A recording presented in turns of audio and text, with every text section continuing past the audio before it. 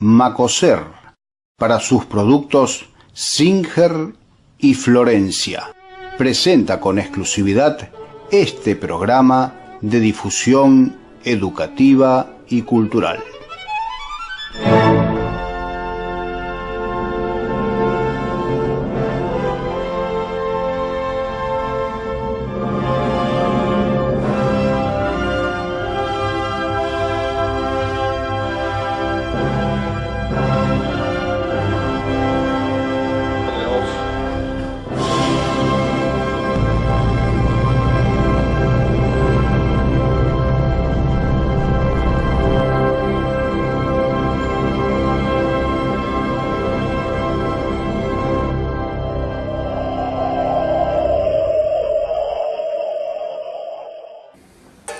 En el episodio de hoy de Huellas vamos a abordar un tema que lo hemos tocado colateralmente. Tiene que ver con un momento, no con un momento, sino con un tema de infraestructura de la ciudad de San Francisco que ha sido determinante para su desarrollo y que ha tenido momentos críticos y algunos donde los problemas se han ido solucionando. Pero es una historia interesante y apasionante. Tiene que ver con la provisión de energía eléctrica, ni más ni menos. Tenemos que imaginarnos un San Francisco en algún momento, fines del siglo XIX, principios del siglo XX, sin directamente energía eléctrica. Y en algún momento y en algunas situaciones, este elemento que fue determinante empezó a tener presencia. Y de esto nos va a contar, nos va a narrar Arturo Bienedel en este episodio de Huellas de hoy. La historia de la provisión de la energía eléctrica que ha tenido muchos avatares en San Francisco. Arturo, ¿cuándo empezamos a tener algún tipo de electricidad en los términos en los que la conocemos ahora? Bueno, en San Francisco el primer servicio eléctrico fue privado y surge del año 1906, cuando la empresa del Molino Meteoro de Boero y Lanfranchi consigue una autorización del gobierno de la provincia de Córdoba para instalar dentro de sus instalaciones, en lo que es actualmente también el Molino Meteoro, una pequeña usina, primero para abastecerse de electricidad ellos, en la empresa del molino, porque hasta entonces el desempeño de las máquinas era con Arturo, equipos a vapor. Estuvimos 20 años entonces, desde la fundación, sin ningún tipo de electricidad. De servicio eléctrico, es decir, la iluminación se proveía con sistemas de combustibles. Con sistema de combustible, ¿no es cierto? En muchos casos con el gas de acetileno, que se llamaba, claro, ¿no es cierto? En cuanto a lo que sea iluminación, tanto en los domicilios como en algunos lugares de la vía pública, donde incluso los primeros faroles que hubo en la vía pública, que eran escasos, ¿no es cierto? Muy contados,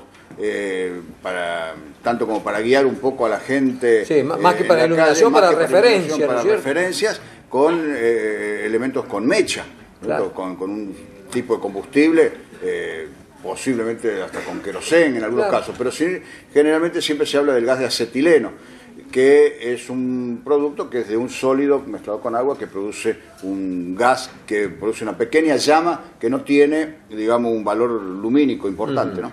En cuanto, eso para iluminación, y para energía y para movimiento de maquinaria, el vapor. El vapor, claro. Las máquinas de vapor. 1906, Molino Boero Romano. Entonces, en el año 1906, la empresa del Molino Meteoro deciden instalar para ellos una pequeña usina eléctrica y con el remanente que le quedaba de electricidad abastecer a algunos domicilios que estaban alrededor, que eran muy pocos. Claro. Era contado, ¿no es cierto?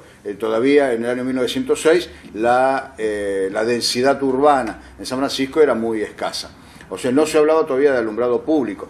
Para el alumbrado público recién empieza a funcionar una usina más importante, privada también, en el año 1910. Claro. Esta usina privada surge por iniciativa de un señor de apellido Fontana Rosa, que agrupa y asocia a algunos empresarios de San Francisco que aportan dinero para comprar un equipo generador de electricidad, y el que detalla muy bien este emprendimiento es el historiador José Lencinas, que fíjate la importancia que le da él, que en un libro sobre San Francisco y el departamento San Justo, donde muchos temas tienen apenas una mención de 4 o 5 párrafos, sí, él le dedica más de una página al tema de la electricidad. Claro, es que es un tema muy relevante también. Claro, era muy importante, muy relevante. Imagino yo una revolución al estilo del internet de nuestras épocas, la aparición. Claro, era un gran servicio, claro, era un gran servicio.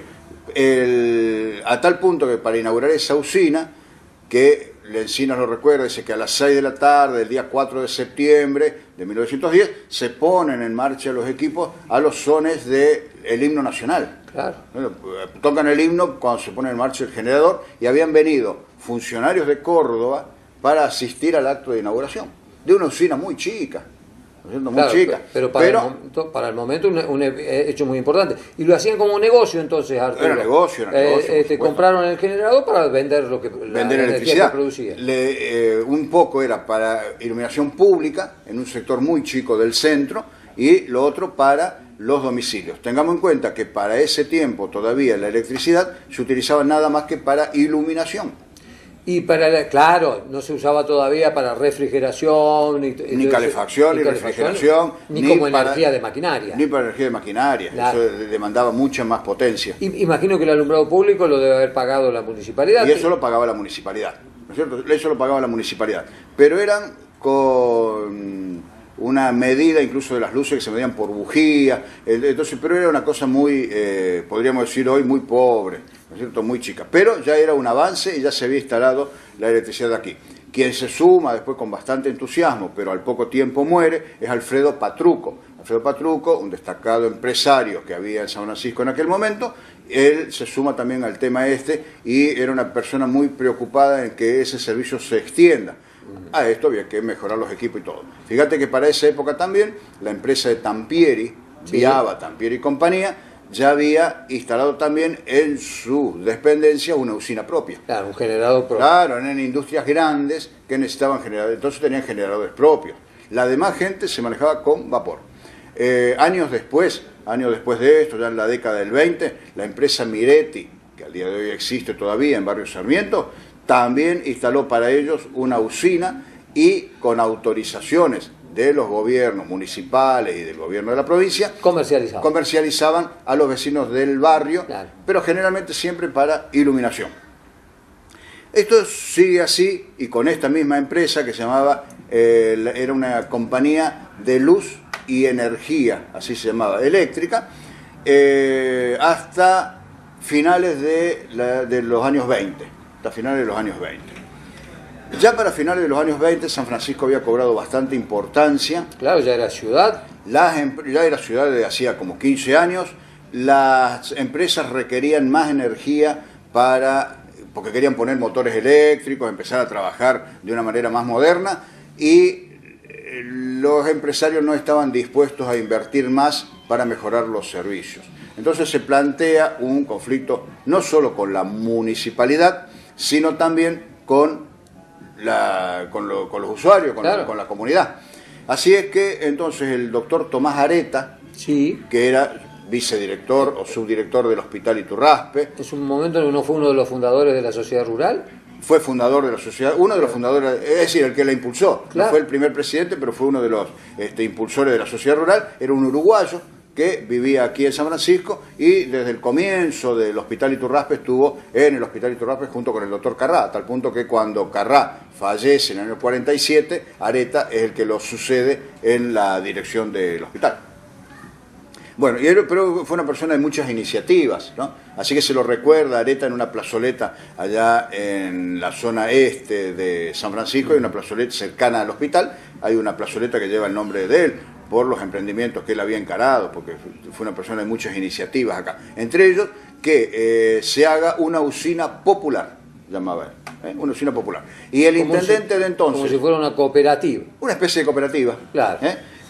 Entonces el intendente de ese momento, que era César Ferrero, empresario también, pero de un partido vecinal, que se llamaba Plusvalía, y era intendente del año 28, apoya esta iniciativa. Entonces se plantea ahí un pequeño conflicto con la empresa porque la empresa veía peligrar su continuidad a raíz de esta iniciativa de la usina popular. Y la usina popular, fíjate vos que llevaba como bandera para que la gente sume dinero para hacer la empresa, ofrecía que iba a darles electricidad para que las casas que tenían bombeadores de agua o que necesitaban subir agua a los tanques que podían tener en los techos ellos, en una época en que el agua todavía se suministraba con bombas o con molinos, claro, exactamente. Ellos les ofrecían electricidad para los motores de las bombas. Imagínate, era una cosa revolucionaria. Claro, porque eso aumentaba la capacidad productiva, pero de una manera extraordinaria. Claro, pero además le daba una gran comodidad y confort a la gente que tenía ya instalaciones sanitarias instaladas en la casa, si bien todavía no teníamos agua corriente. Exacto. Eso llega en el año 48. Pero de todos modos, con el agua que había que bombearla, y hasta ese tiempo se hacía con un bombeo manual, con bombas, con molinos. Entonces ellos ofrecían poner bombas eléctricas. La empresa reacciona. Entonces, como primera medida... Con bombas manuales, recuerdo yo en mi casa en Devoto, que el agua corriente es posterior aquí a San Francisco. Claro, llega con el segundo acueducto a Devoto. Claro, con la bomba manual... tenía que subir el agua. Claro. Si abrías la canilla, la sacabas en el balde. Si cerrabas la canilla, iba al tanque. Iba al tanque y le tenía que dar para claro, eso en el año 30, por ejemplo, en San Francisco se estaba buscándole la solución ya. Claro. Entonces, como 50 años antes de que venga el segundo acueducto a San Francisco. La empresa reacciona y como primera medida, como para ganarse la simpatía de la gente, por otro lado, trata de devolverles los fondos de garantía que los usuarios habían depositado en la empresa. Hoy, vos sabés que para tener un medidor vos tenés que tener una garantía, sea quien fuere, tenés que tener una garantía de un tercero para que te faciliten el medidor. En aquel momento el garante era el propio usuario, pero pagando varios meses anticipados. Entonces la empresa ofrece devolver eso e inmediatamente y sin que haya muchos avisos, comienza a promocionar que en los domicilios se utilicen planchas eléctricas, estufas eléctricas, cocinas eléctricas, o sea, que haya mayor consumo de electricidad, cuando en realidad no generaba tanta electricidad. Lo que ocurre es que después se sabe, a los pocos meses, en el mes de septiembre, esta empresa termina su actividad porque fue adquirida por una empresa norteamericana que se llamaba la Compañía Central Argentina de Electricidad.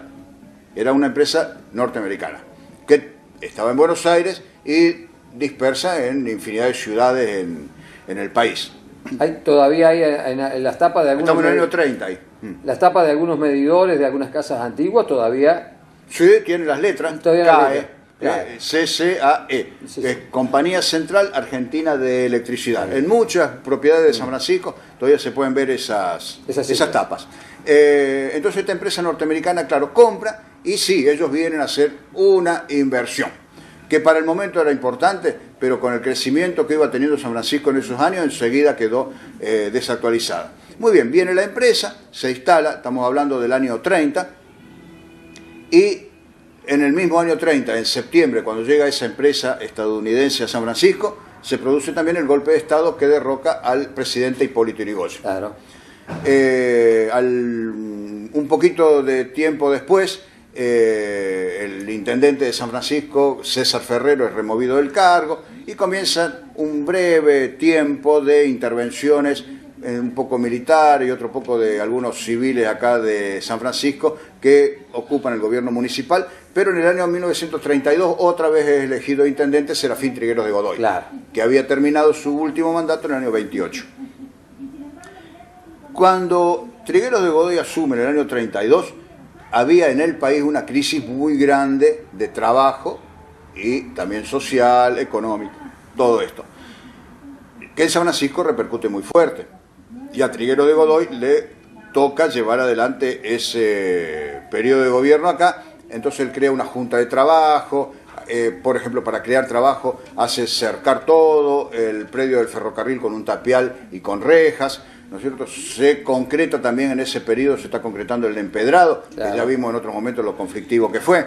En fin, y entonces Trigueros de Godoy decide en ese momento retirar del presupuesto municipal 10.000 pesos que estaban destinados a pagar deuda de la usina para destinarlo a fines sociales. Eso Claro. es criticado, ¿no es cierto? Es criticado por eso, pero el comienzo también de una deuda Claro, de la municipalidad con la empresa de electricidad norteamericana. El servicio se va prestando medianamente bien, mejor que la empresa anterior. Esta era una empresa que tenía otra capacidad económica como para hacerle frente a algunos cambios de tecnología. Se amplían los servicios de iluminación en la calle, nada más que tengamos en cuenta también que esta ampliación de iluminación en la calle que estamos hablando era de poner una lámpara en cada 100 esquina. metros, en cada esquina, cada 100 metros. Y sí, en los bulevares, en 9 de julio y en 25 de mayo y en algunos otros, como fue Irigoyen y también en un sector pequeño de Juan B. Justo, unas columnas de hierro fundido con 3 luces que adornaban un poco más porque era la zona céntrica, Claro. o se consideraba la parte céntrica de San Francisco, pero la iluminación seguía siendo muy escasa. Llegamos al año 35, en que ya la deuda de la municipalidad con la empresa de electricidad era de 300.000 pesos, una fortuna para la época. Una fortuna para la época. Impagable para un municipio como, Impagable, como San completamente. Francisco. Así que la empresa ya para ese tiempo, claro, ya habían pasado unos años, empieza a recurrir a la justicia. Esto termina en los tribunales de Córdoba, donde el gobierno provincial, tengámoslo en cuenta, era demócrata, era del Partido Demócrata, y con una gran oposición a Trigueros de Godoy, ¿no? Una gran oposición que había a Trigueros de Godoy. Tengamos en cuenta que, por ejemplo, del año 34, cuando comienza a hacerse, por ejemplo, el proyecto acá en San Francisco de Casa del Niño, ¿no? Lo que lo hacía la Junta de Trabajo, el gobierno de la provincia de Córdoba se entendía con una comisión de vecinos de San Francisco e ignoraba totalmente al intendente. Claro. Entonces, aquel gobierno demócrata de la provincia, o la justicia del momento, hace que, bueno, que sí que eran embargables los fondos municipales para pagar la deuda de la empresa norteamericana.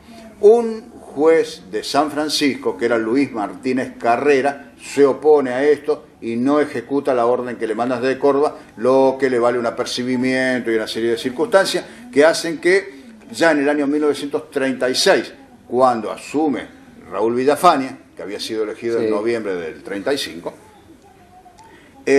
Raúl Villafañe recibe la municipalidad con esa deuda que era muy, muy importante.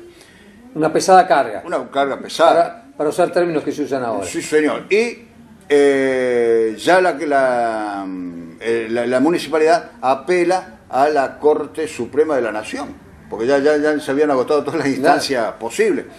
Entonces, pero el gobierno provincial también era radical, y ahí ya cambia. La justicia de la provincia le dice que los fondos de la municipalidad para esas cosas son inembargables, ¿no es cierto? Así que Villafañe no tenía por qué hacerse cargo de esto, sino que había que buscar de qué otra manera de pagarlo. Pero la Nación, que teníamos el gobierno del presidente Justo, dice que sí, que son embargables los fondos. Así que era un conflicto permanente. Era una maraña. Villafañe entonces accede a una cuestión, que es hacer una consolidación de la deuda a 20 años. Claro. Hacer una consolidación de la deuda a 20 años. Un concejal de los demócratas, opositor obviamente al radicalismo, pero de minoría en este caso, que era Enrique Venturuzzi, hermano de don José Venturuzzi, que después fue también un dirigente destacado en el Partido Demócrata de San Francisco y de San Justo, critica esto de Villafañe y ya entonces dice que ese era un vicio, ¿no es cierto?, de los gobiernos radicales de tratar de evitar, ¿no es cierto?, las cosas que tenían que pagarse con el presupuesto, y con deudas transferirla a largo plazo, con deudas a largo plazo. O sea, no tocar el presupuesto y pagar a largo plazo. Y que esto se iba a terminar de pagar en la década del 50. Y efectivamente así fue.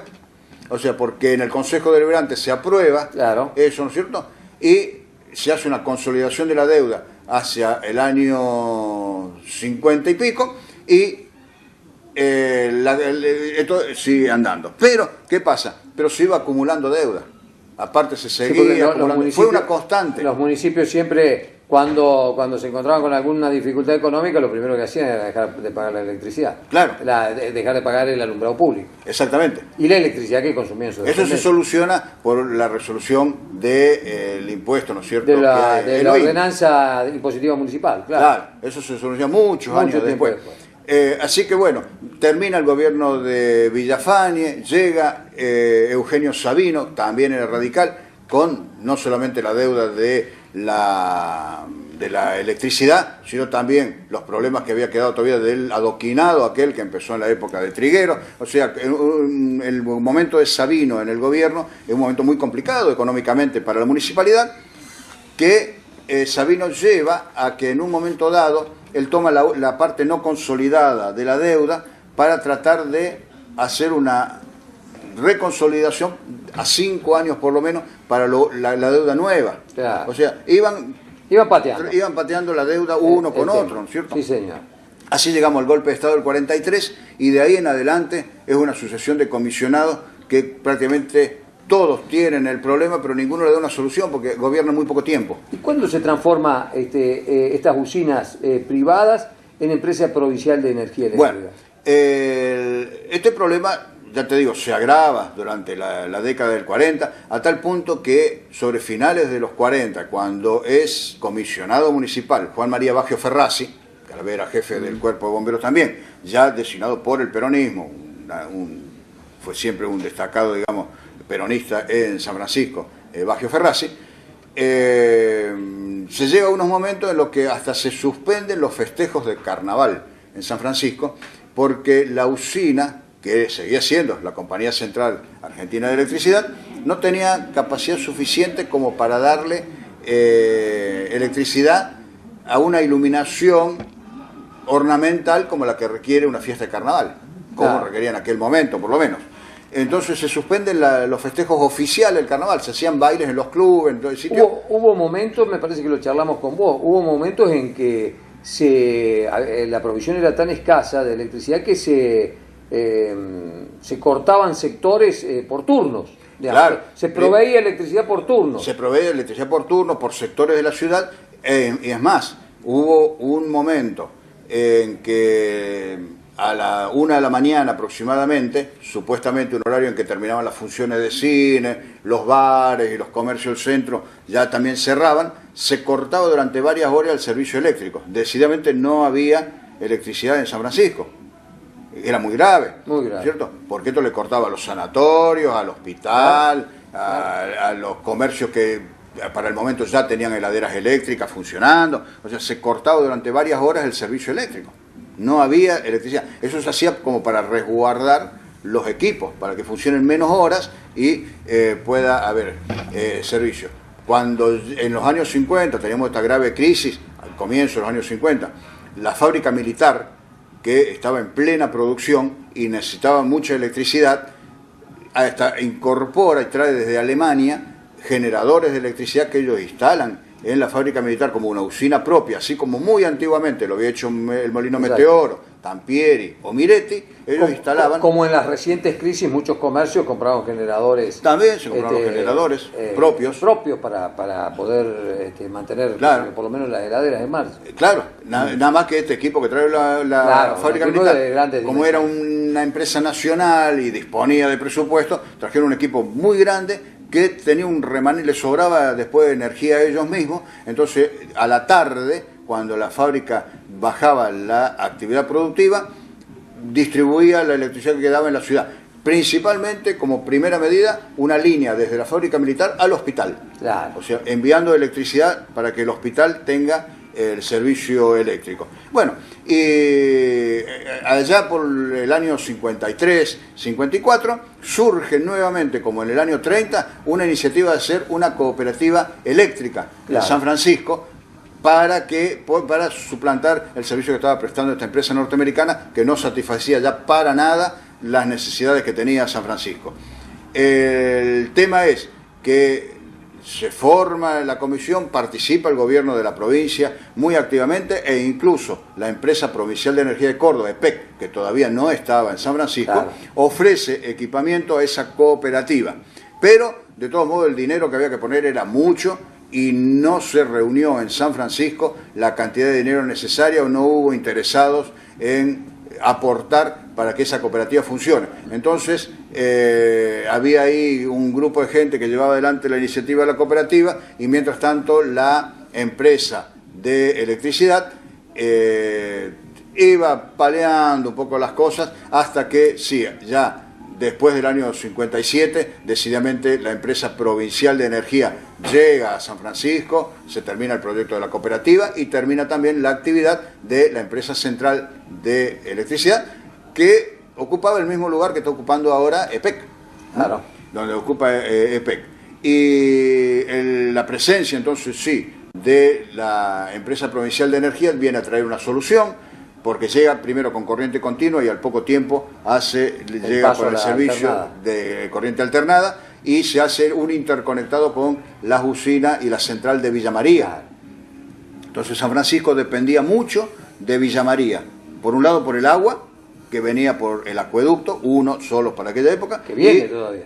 Viene todavía, sí, por supuesto. Ahí ahora viene con 2 acueductos nada más. Y el tendido de una red eléctrica muy precaria para la época también, que cuando se producían tormentas, viento, lo que fuere, esas líneas indefectiblemente se cortaban y se... Tormenta en Villa María, corte de energía eléctrica en San Francisco. ¿No es cierto? Eso sí. Hasta que, bueno, ya en los años 70 se hace la central propia que tenemos en San Francisco, donde se genera, y bueno, y llegamos al día de hoy donde hay un servicio interconectado que funciona muy bien. Sí, funciona muy bien a partir del año 2016, porque hasta el año 2016 teníamos muchos cortes, ¿te acordás? Claro,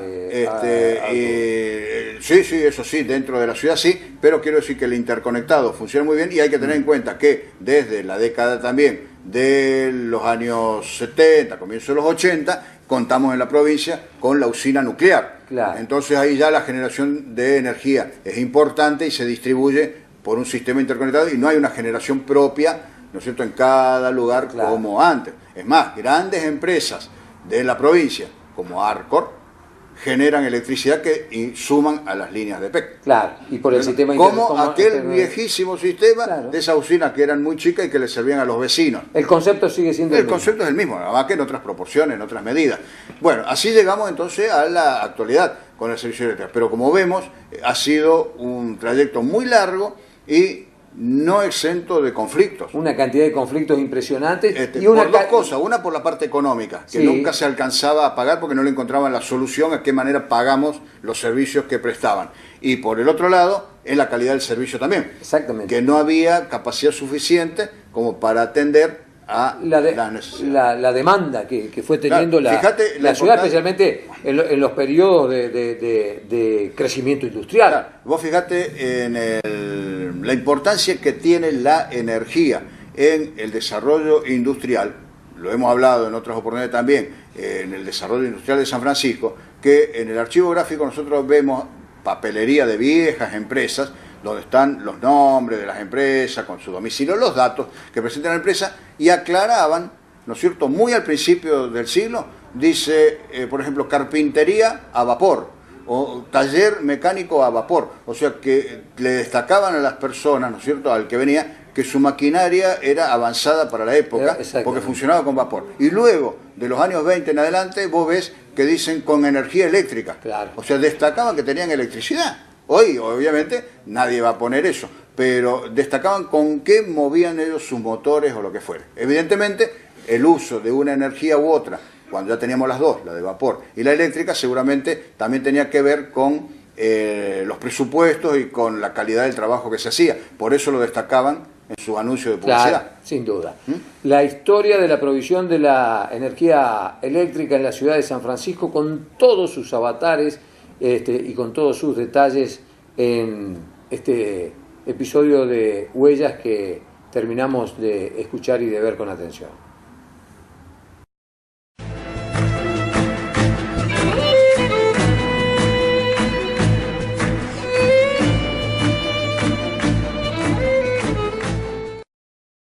Macoser, para sus productos Singer y Florencia,